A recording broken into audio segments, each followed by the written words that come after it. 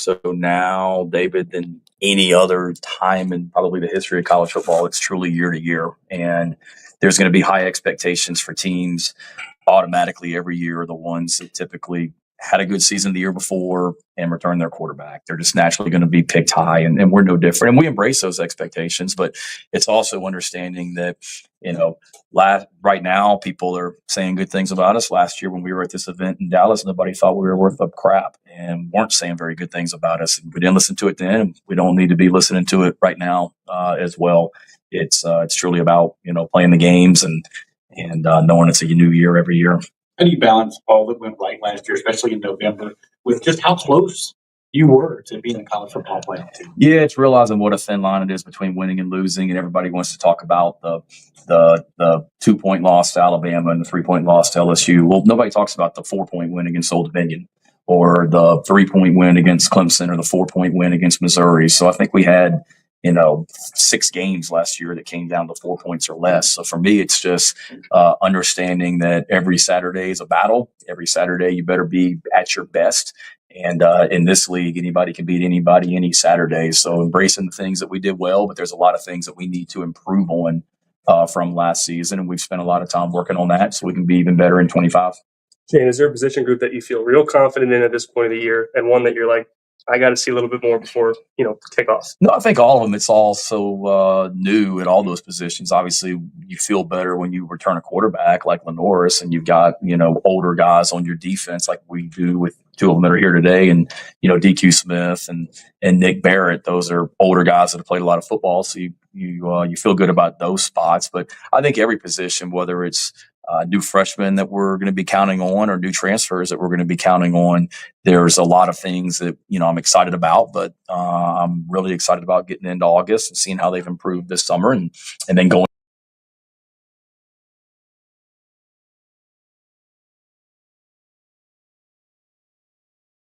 May have seen his potential, know he's about.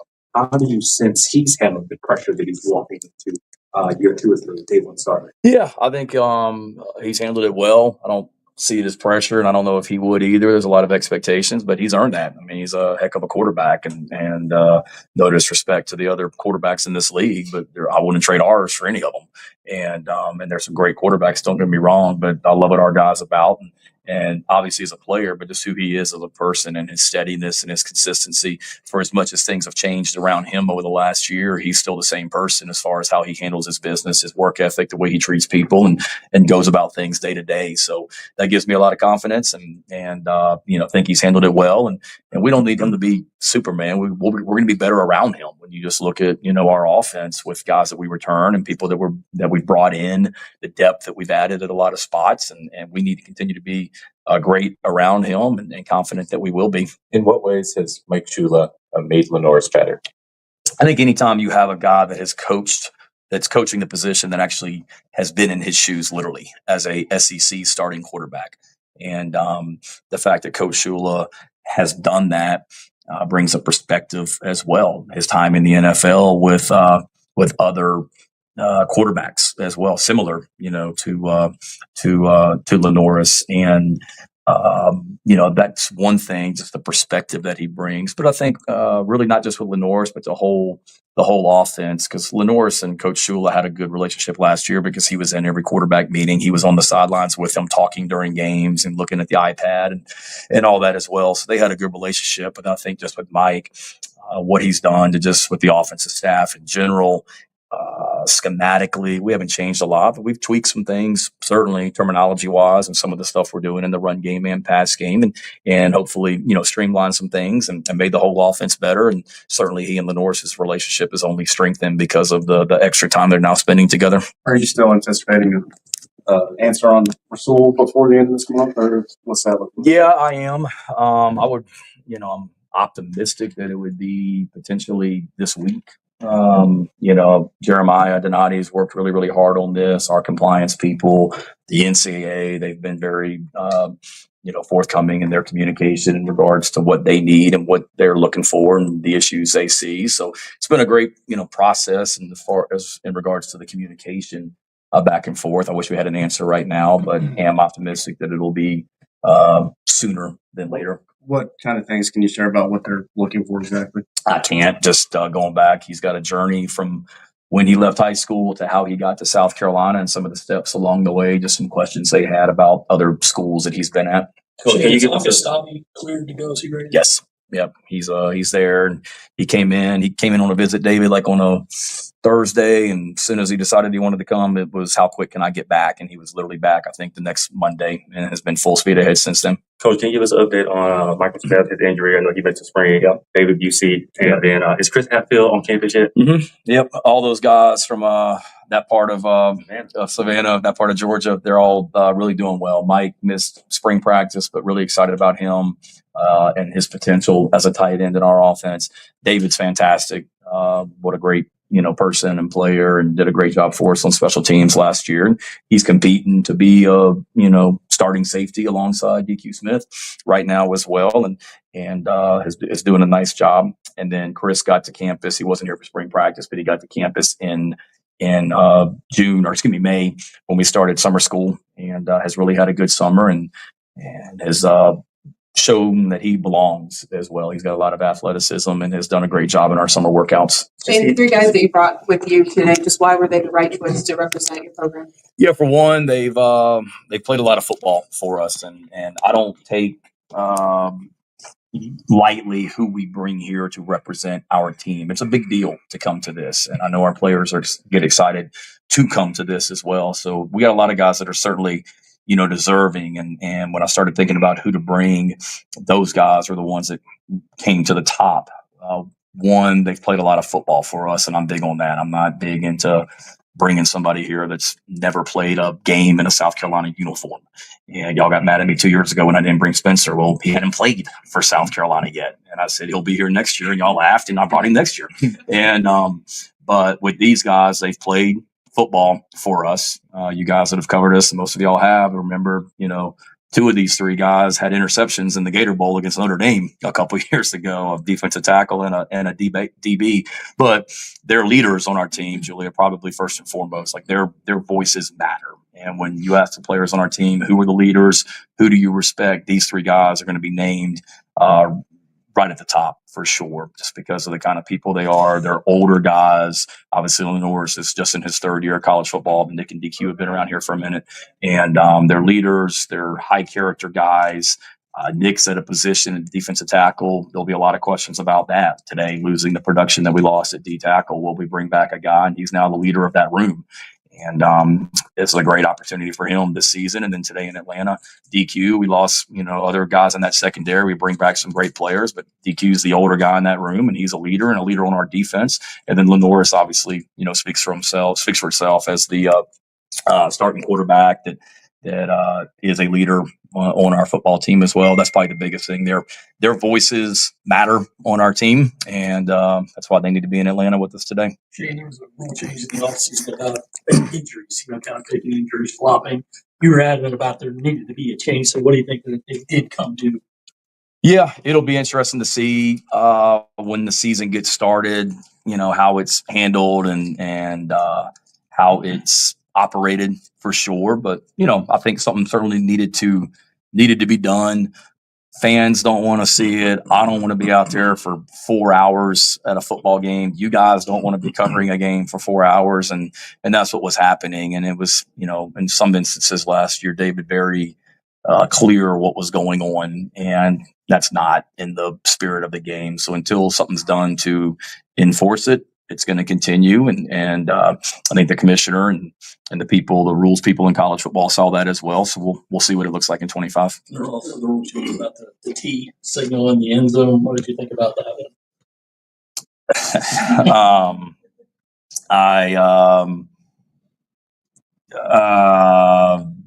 Surprised that became a rule change in all my years of coaching college football, coaching the kickoff team. I've never told the kickoff team to watch the kickoff returner, and if he puts his arms out, to stop running. That's a signal for the return team to the return team. So it is what it is. I mean, I'm not going to make a big deal about it, but I hate to see that something that was, it wasn't trying to bend the rules. It wasn't a rule. And it was something that, we tried to take advantage of and thinking the other team might stop running, and they did. We don't coach our team to stop running in that instance, but we'll figure out, we're always going to be on the cutting edge and stay ahead of things at South Carolina from a special team standpoint. And we'll not do it and figure out what the next step is. Lenores did well last year. The turnover, the fumbles. Yeah. Fumbled 17, lost 7 of them. I mean, is that something that you've addressed and you feel like you've got a solution to? Yeah, not just with him, but really the whole offense. I sound like a broken record every year I come in here when I talk about how we've been so good at taking the ball away defensively, but we got to be better at protecting the ball offensively. I feel like I say it every year. I do say it every year. And last year was no different. And you go back to the question about close games. I mean, that's the difference in winning and losing games, turnover margin. And we fumbled the ball, had too many turnovers last year. So it's really been a point of emphasis with the entire offense when we go back and look at how we can be better at some things that, we emphasize and coach and teach ball security every day in practice. So we went back after the season and said, okay, how can we maybe implement some new drills and some new things that we're doing in practice, looking at how some of the fumbles happened last year. So we changed some drills to emphasize it and maybe teach it a little bit better. So we'll see how that goes. But then certainly with Lenores, I think that'll just come from experience too, and understanding when the pocket does break down, being able to protect the ball like you're supposed to and how you're taught to do. And I don't want to take away his ability to improvise and make plays, because we saw a lot of that last year as well. But at the same time, we also got to protect the ball and not put our defense in bad positions. And that's not just Lenores, that's the entire offense. Yes. Yeah, Coach Beaver, you mentioned you're excited to see the progression, how players have come back from summer. What about you as a coach? What do you typically do in the off season to help improve your practice?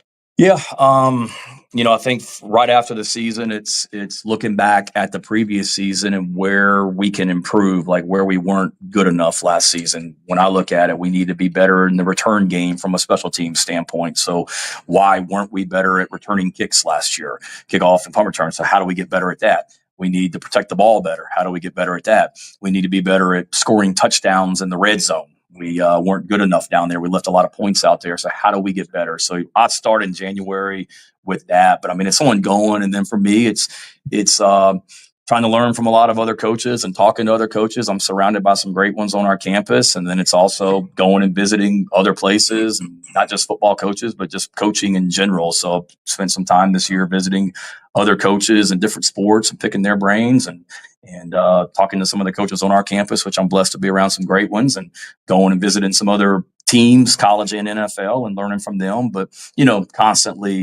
constantly learning. I mean, I played golf the other day with a general manager in the NFL. So for 18 holes, I picked his brain just on stuff from a football standpoint also. And I don't think you ever stop learning. I love to read a lot and try and learn some stuff that way from a football standpoint and just overall standpoint also. I mean, we have so many people go to the NFL in one draft class. How can that motivate this roster to see where those guys are and where they can possibly get to? Ultimately, when everybody comes to college, that's their ultimate goal, hopefully to get a degree and then have a chance to go play professionally after college. And you saw guys that did that. So certainly when those guys leave, and guys that came in and they developed as well at South Carolina. When you talk about guys that just got drafted, they weren't very highly recruited coming out of high school, or when they came here to South Carolina as a transfer, they weren't very highly thought of as a transfer out there, and what they did in their time here at Carolina. So that's great for our guys to see that you come to South Carolina and you can develop and go accomplish your goals. And then when those guys come back, it was great when all those NFL teams broke minicamp in mid-June that Tonka Hemingway was back in Columbia, and Nicky Manwari was back in Columbia, and TJ Sanders was back in Columbia. And they came back and they talked about how much they missed this place and how much they loved their time here, and they wanted to come back here when they had time off. And that's great for our guys to see too, to make them realize that we got a pretty special thing going here in Columbia, and these guys are coming back when they don't have to. And then just realizing that the blueprint is there, and just follow the blueprint that we have. And ultimately it gets down to, developing as players and us developing as a team and winning football games, and then being able to go accomplish their dreams at the next level. You guys stayed pretty dang healthy last year. As you evaluate, did you chalk that up a lot to good luck, or were there things you think you did leading up that prevented those injuries? I think a little bit of both. When going back to how you learn from each season, I think I talked about it last year. Some Jordan was after the 23 season, and we had so many injuries. Looking back at how we do things, not just in practice, but really preseason camp, summer, spring practice, weekly during the season, and there are some things that we can just change or tweak to be a little bit better. So we did that last season. Primarily with what we did during preseason camp, tweak that schedule a little bit. One, to stay healthy, but two, to try and get off to a faster start in the season. And I think that certainly has something to do with it. The players taking care of themselves, they got to have some accountability and ownership as well, that making sure they're living their life right outside the building also, and getting their rest and eating the right way and hydrating the right way. And then, trying to educate our guys. We went back last season and looked at, a lot of the injuries that happened in practice, how they happened, and trying to coach our guys a little bit better to not put themselves in the positions that they got in where some of those injuries happen, where somebody falls on the ground and rolls up on somebody's leg. So that was a part of it. And then luck's always, an aspect of it as well. And we were very fortunate for the most part.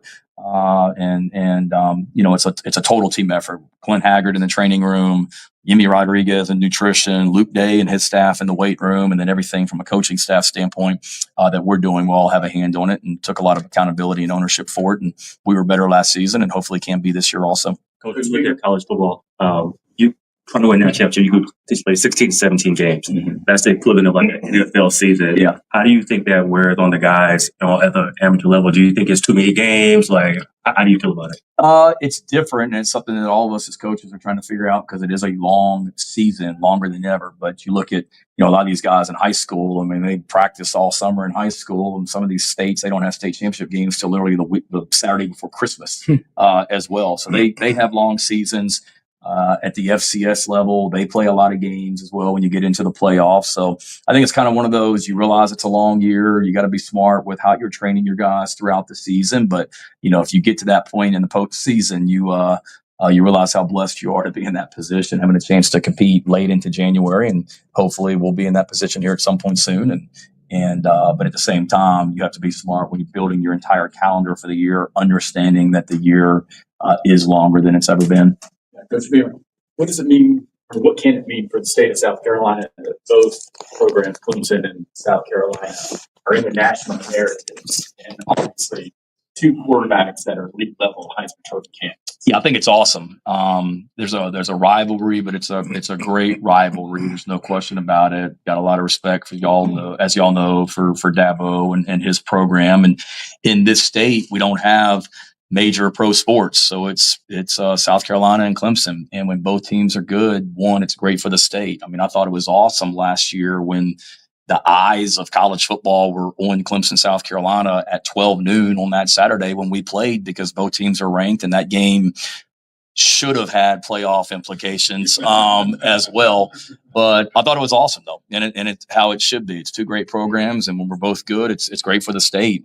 And everywhere I go, I mean, I have a lot of Clemson fans that'll come up to me that say the same thing. They think it's awesome that both teams are good and both programs are good, and it should be. I mean, you look around the country, that's what you want in a rivalry is both teams to be good, and for the game to mean something each year, and for it to mean something to the state. And I know what this rivalry means in our state, and I don't take that lightly at all.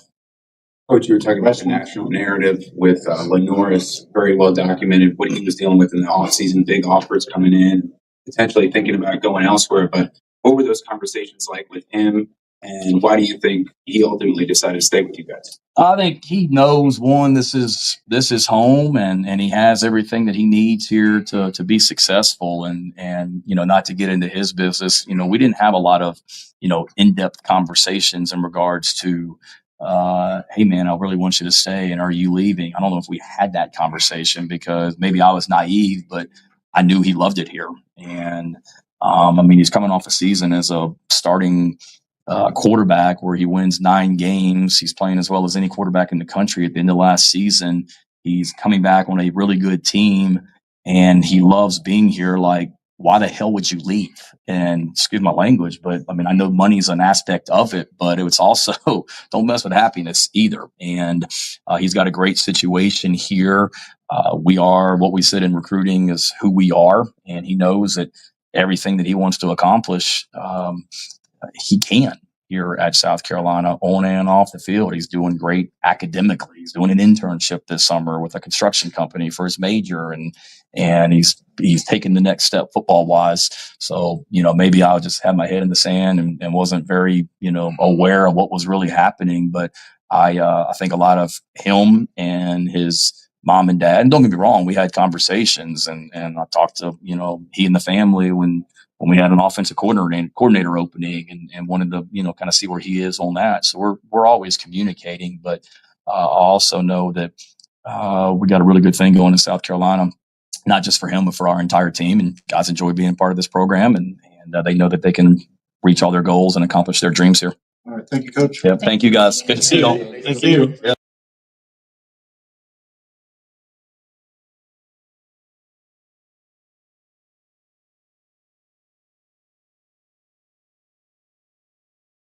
Can I borrow a handful of y'all? Shocker, we're trying to do a skit with Lenoris while we're here today. Something where hopefully just around the corner here, if I can get a handful of you guys, he walk around the corner, a few of you swarm him like you're trying to interview him. We're going to pretend he's in season mode. He's going to avoid it like it's a sack, something like that. If you guys don't mind helping me out, I do that right now, if that's okay.